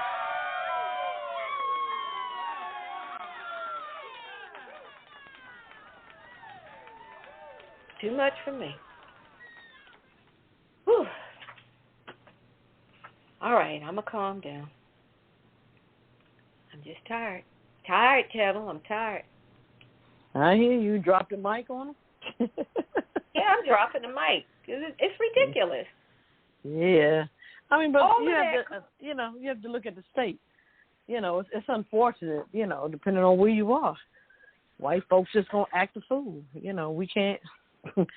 We can't be ourselves. We can't just be, like he said. We do the same thing y'all do. It shouldn't matter where. They were just up in Grand Rapids, Michigan. What difference does it make? You're up there looking at a home with a licensed realtor. But instead of them, like I said, knocking on the door and asking for some identification, you already had the house surrounded. You're going to be on there like, come out with your hands up. They didn't even know what was going on. Too many of us together. If it's more than one, that's it. They feel threatened, as Poppa DD always says. I'm so done with it. I'm done. Okay. All right, we're going to shift gears. We're going to put them on the kissing list? Let's put that county on the kissing list. Yeah, for sure. Yeah, I'm putting that police department on the kissing list. That's what you do. All right. Hey. All right, look, can I take a little quick break so I can go get some ice? I need some ice. I'm good. I need some in my glass, and I need some to put on my head so I can calm down. Ooh, we're going to take a quick break, and we'll be back on the other side of the break with Poppa DD and Living for the City. Woo! You're listening to the Pajama Party Show. You know how we do. We'll be right back. You're in tune to the Late Night Adult Pajama Party right here on Blog Talk Radio. This is a production of DC Homegrown Entertainment. To share your opinion with the Pajama Party Crew, call us on 914-803-4306 and press 1. If you'd rather just listen in, you can still call us and listen on your phone, or you can listen online by going to our website, www.apajamaparty.com, and clicking the Listen banner in the top right corner. So join the conversation and let us know what you think about tonight's topics or whatever is on your mind. Okay, who turned the lights off? Call us now, 914-803-4306. Now back to the crew and more of the Pajama Party. All right, welcome back to the Pajama Party. One host, Poppa DD, and here with Ketel. Hello. And Redwine. Bonsoir, darling. It's time for Poppa DD and Living for the City. What's happening, Poppa DD? I'll tell you what you were just saying about, that there, in most cases, is that, see, when people move into these neighborhoods, chances are the availability of the house, you don't see the whole story, and I blame that on not only the person that called the police, but the dispatcher on how they reported the situation. Mm-hmm. Everybody involved. Because the one thing white folks got to stop doing is thinking that these neighborhoods belong to them. You own the house. You probably still owe a fortune on the house, so you don't even own that. But they've been in the neighborhood so long due to the whole racial divide, back in the 40s and 50s and everything, that their families have grown up in this suburban neighborhood for so long that anybody that comes there that don't look like them, they pick up an immediate level of suspicion. Now, the thing that probably happened in that situation you was talking about is probably they was in there looking at, like I said, one of the nicest houses on the block, where the people that were looking at it saw their way clear. They could afford it, because nowadays the realtor don't take you nowhere that you can't afford or you haven't been pre-qualified for, So they're jealous. First of all, look out the window and say, who's that in that nice house across the street? That empty nice house across the street. Black people. What are you doing? Robbing it? Call the police. Blah, blah, blah. And then when you call the police of these little counties, and Virginia has a bunch of counties. I don't want to disrespect the counties, but they got a bunch of counties that would react like that. Okay. And once they call the police, it's on. Now the cop comes and he's just as white as the person that made the complaint and the dispatcher reported. So you got 3 Karens, lined up, and all of a sudden the confrontation begins, and you're guilty till proven innocent, which is the case with black people anyway. Whenever we are in society, we always have to be melted down by people. We never can stand strong on who we are. When we go into a group of people that doesn't look like us or not in our environment or restaurant or train, plane, automobile, whatever you're in somewhere, when black folks get up, it seems like white folks just throw eyes on you. I could be on a train and go to the bathroom, By the time I come out the bathroom, I see like 10 sets of white eyes on me. And they're watching every step. If I would boo, everybody would jump in their chair. It just seemed like the eyes are on me. When I reach up to get my luggage from the overhead, by the time I bring my bag down, everybody's looking to try to make sure I don't have their bag. Like I got nothing to do but take y'all bags off the train with me when I'm getting off. I mean, they work hard. From the minute they wake up watching us all day, that's a long-ass day. When it's your turn to watch the black person, oh, my God, that's a long day. Everything we do is surveillance in a restaurant. When we go anywhere we do, anything we do anywhere we go, we're being surveillance, watched, I mean, I've been pulled over by police where the police say, oh, yeah, I saw it when you made that U, and I saw it when you came back again, you went back again. I want to tell the cop, well, fuck, you was watching me through that whole evolution? I may have been confused about where the store was, so I went around the block, and I came back again, and I had to go to the other side of the parking lot. And now you're going to tell me all the stuff I did. I said, yeah, because I was looking for JCPenney's, which is right here. But you watched me do that whole fucking evolution? You know what I mean? It's like, what the hell? Why was I supposed to focus on you when I'm just cruising irregular, doing everything regular, but you look at me like I'm about to, rip off the mall. I mean, it's scary. It's so scary. Anyway, that's all I got on that. And, like you said, Redwine, in your piece, that, man, the Karens are out there, and we're being shook down.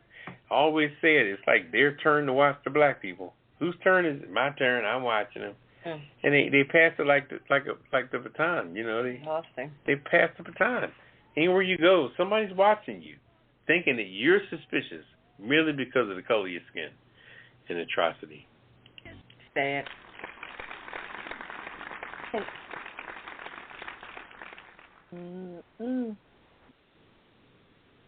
What a life. That was a good one. Yeah.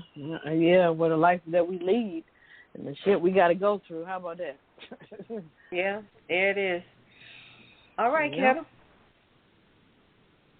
Yes, ma'am. You ready? Ready for the Hollywood wrap up? Sure. All right. Come on, Poppa DD. Hollywood. All right. Go for it, Ketel. What we got going on in Hollywood? All right. Interesting. Check this out. Dolly Parton. She used her royalties from the Whitney Houston song to support a black neighborhood, the house that Whitney built. Country legend Dolly Parton was on Watch What Happens with Live with Andy Cohen, his crazy self. She revealed the big purchase she made with her royalties money from I Will Always Love You, that famous song, the 73 song that Whitney Houston covered in 92 and became a massive hit on the soundtrack of the Houston's film The Bodyguard, which was one of my favorite movies and soundtracks. She goes on to say, I bought my big office complex down in Nashville, so I thought, well, this is a wonderful place to be. That's what Dolly Parton says. She reportedly paid $10 million. Well, she got $10 million from the song in the 90s and continues to make money from it to this day. While buying an office complex is no biggie, it's where and why she bought it. I guess in the quote-unquote black neighborhood. She said, I bought a property down in what is the black area of town, and it was mostly just black families and people that lived around there. So she goes on to say, and it was off the beaten path. And she goes on to say, well, I am going to buy this place, the whole strip mall. Like, wow. Hey, you got that kind of money? I say go for it. I mean, bringing jobs and helping folks in that community, why not? I mean, you know, kudos to Dolly Parton. That's what I say. You know, she got her big thing in Dollywood. So, I mean, hey. Also in the news, DMX's family feuds over his estate, which it seems like is not much. DMX's family has gone from grieving to breaching. According to a report, the battle was brewing over what the late rapper left behind. At the time of his sudden death in April, the rapper, real name Earl Simmons, had been engaged to Desiree Lindstrom since 2019, and they have a 5-year-old son. Of course, add to his collection of 15 children already. She was trying to become his common law wife, but I guess the court didn't, see that. A judge denied the request, which might have secured more control of the rapper's, estate. So it goes on to say 5 of his adult children were already fighting against themselves in court. DMX did not have a written will or established estate. His daughters, Sasha Simmons and Jada Odin, petitioned the court to become the administrators. Shortly after that, 3 of his sons tried to do the same thing. Everything was knocked down. So I guess they're trying to determine who's going to be who. So it says in more than $74 million records he sold, the son's family estates, the estate is worth less than $1 million, and the daughter's estate less than $50,000. So he was paying child support to 9 households, 15 children. Wow. And, he was for tax evasion also $1.7 million in tax fraud. So he had a lot of debt. So, it's going to be interesting to see what's going to happen with that case. So, also Halle Berry, haven't heard from her in a while, is reportedly being sued by a former UFC star over a role in film called Bruised. Former UFC fighter Kat Zingano is reportedly suing Halle Berry over a role in the actor's upcoming film Bruised. According to court documents, Zingano claims that Berry promised her a role in the film, which Berry both stars in and directs. The fighter alleges she pulled out of an upcoming fight to be able to take part in the film, something she claims resulted in her being dropped by the UFC. Berry alleged that withdrew her offer due to Zingano no longer being a UFC fighter. So it sounds like she cut her own hand off. Really? So yeah. Yeah. I don't know who's wrong on that one. Yeah. So that is really going to be interesting to see. So wow, Halle Berry back in news. Halle Berry. So she's directing that film? Yeah. Mhm. Yeah. So okay. She got a lot of pull on that one, so it's going to be interesting to see. They probably going to settle out of court and keep moving. Batman, Unburied, Winston Duke to voice star as Bruce Wayne. This is the gentleman that was in the Black Panther. Remember, he was the villain in the Black Panther. He's headed from Wakanda to Gotham City. The Black Panther actor will voice star in Batman Unburied, the upcoming Spotify podcast that hails from The Dark Knight screenwriter David Goyer. He's going to star as Bruce Wayne with Harry Potter actor Jason Isaac joining as Alfred, Batman's trusty butler. Yeah. So, interesting. So, we will see. And also, Carrie Ann, she is leaving the talk. She took a hiatus in April, but she is permanently leaving the talk. She doesn't really say why, but she's thanking everybody underneath the sun, the cast, people behind the scenes and everything. But she left for some mental health issues, she said. She's trying to get herself together, whatever, but she's permanently leaving the talk. So I'm just surprised that show is still on the air. I'm really surprised about that. That's what I was thinking. Yeah, because it has really unraveled. Sherry Osbourne, that controversy over that. So I don't know. And last but not least, Mike Richards is out as Jeopardy host amid his scandal. Yep. So yay! That's what I'm saying. I'm like, honestly, I think it was already rigged that he was going to be the host. And they were just out there fishing for, trying to bring some popularity to Jeopardy.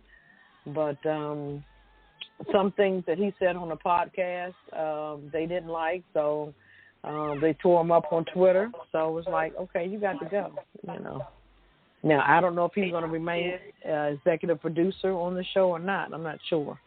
So, but it's going to be interesting to see. But he's out. Bye-bye. Bye-bye. You're the weakest link. Yeah, you are the weakest link.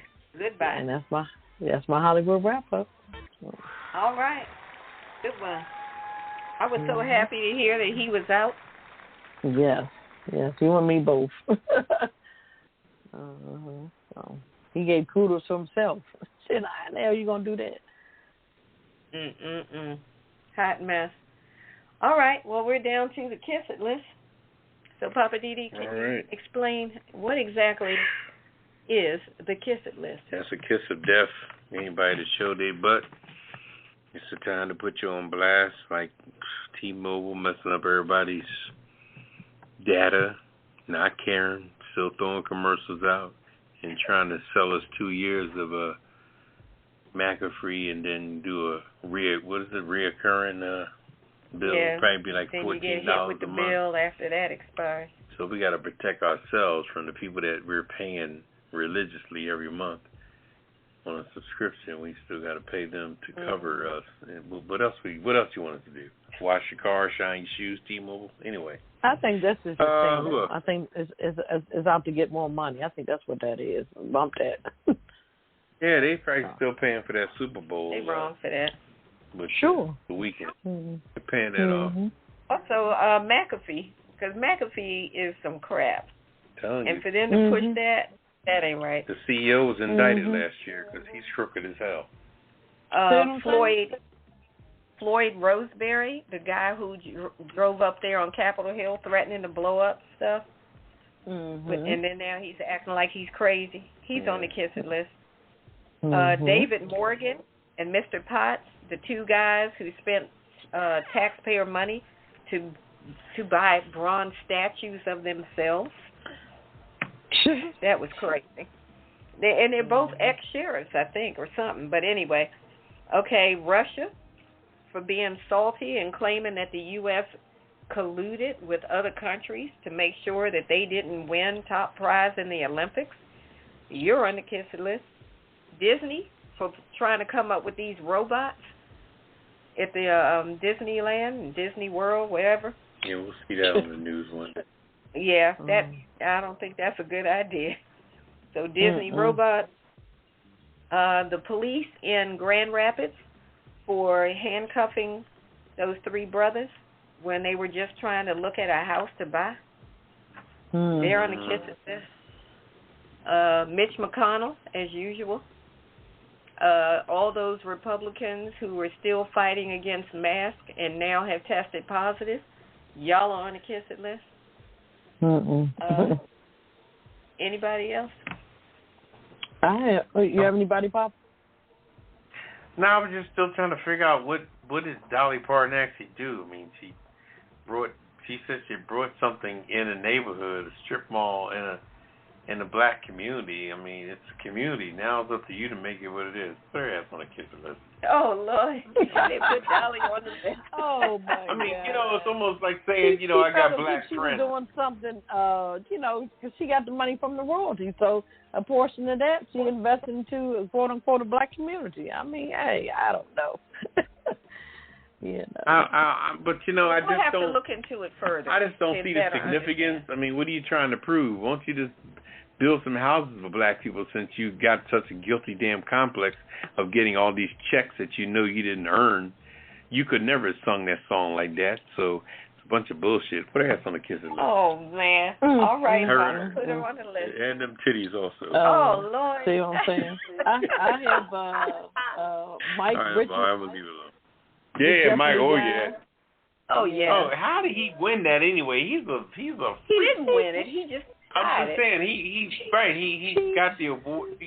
He was a damn. He had been the took the damn job. That's what the hell he did. And guess what? He got bitten. So, okay, you want to get this, Mike Richards? That's podcast. Right. He sound like Howard Stern on that podcast. Oh yeah, he was terrific. See what I'm Tell saying? the girl, you ever been naked? You posed naked before, right? You posed naked. You posed. He's a freak. Well, if that's everybody? He's no Alex Trebek. That's what I have one more. I have the UFO fighter, Ketel. Gugino. Oh yeah. The one that's trying to sue Halle Berry. Yeah. Yeah. So she messed her own self up. So yeah. Oh, yeah, she's looking bad these days. Put her on the list. She's not attractive like she used to be. She's looking real looking tired. for some damn money. That's all. Okay. Holly needs a good night's sleep. All right, we got a special gift for everybody on this week's Kiss It list, and here it is. My entire head. Kiss my Irish ass. You better kiss my Irish ass. This world, kiss my ass. Kiss my ass. You can just kiss my ass. Baby, you can just kiss my ass. Oh, you can't kiss my country ass. I said if you got a problem with any of that, you can kiss my natural born redneck to the bone, ever loving country ass. That's right.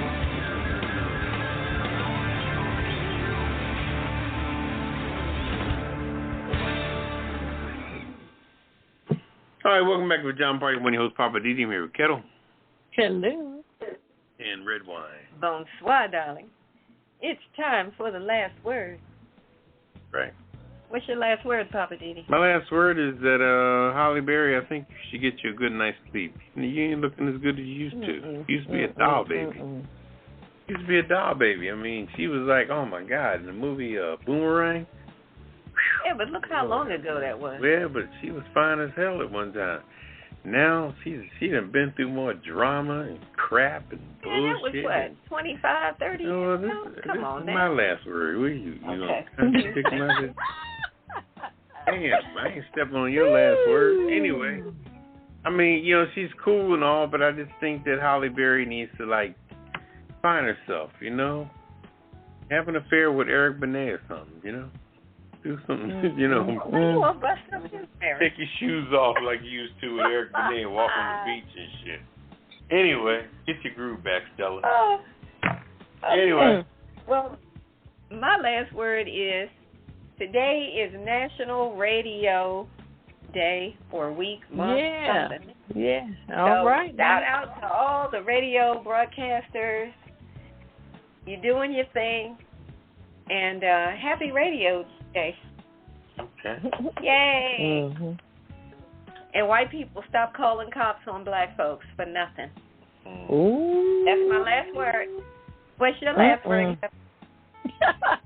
Well, you touched on National Radio Day. Hello. I'm sorry, what was that? No, I thought Poppa DD was still talking. You finished? No, I wasn't saying nothing. Go ahead. Oh, okay. I was saying I was going to piggyback on this National Radio Day. You guys, I mean, if you're not a history buff, check out when radio started and the significance of radio. I'm telling you, it kind of brings people together, and I mean, from music to news to weather to whatever. So, kudos to the man who created and invented this radio thing. His name is Guillermo Marconi, back in 1890. So If you guys want to do your homework on radio when it started. And it didn't start in the United States. It started in another country. So we always think we're the first of doing things. You'd be surprised. So interesting. All right. But also just be careful out there. Mask up, vaccinate, and whatever you got to do. And just be safe out there, people.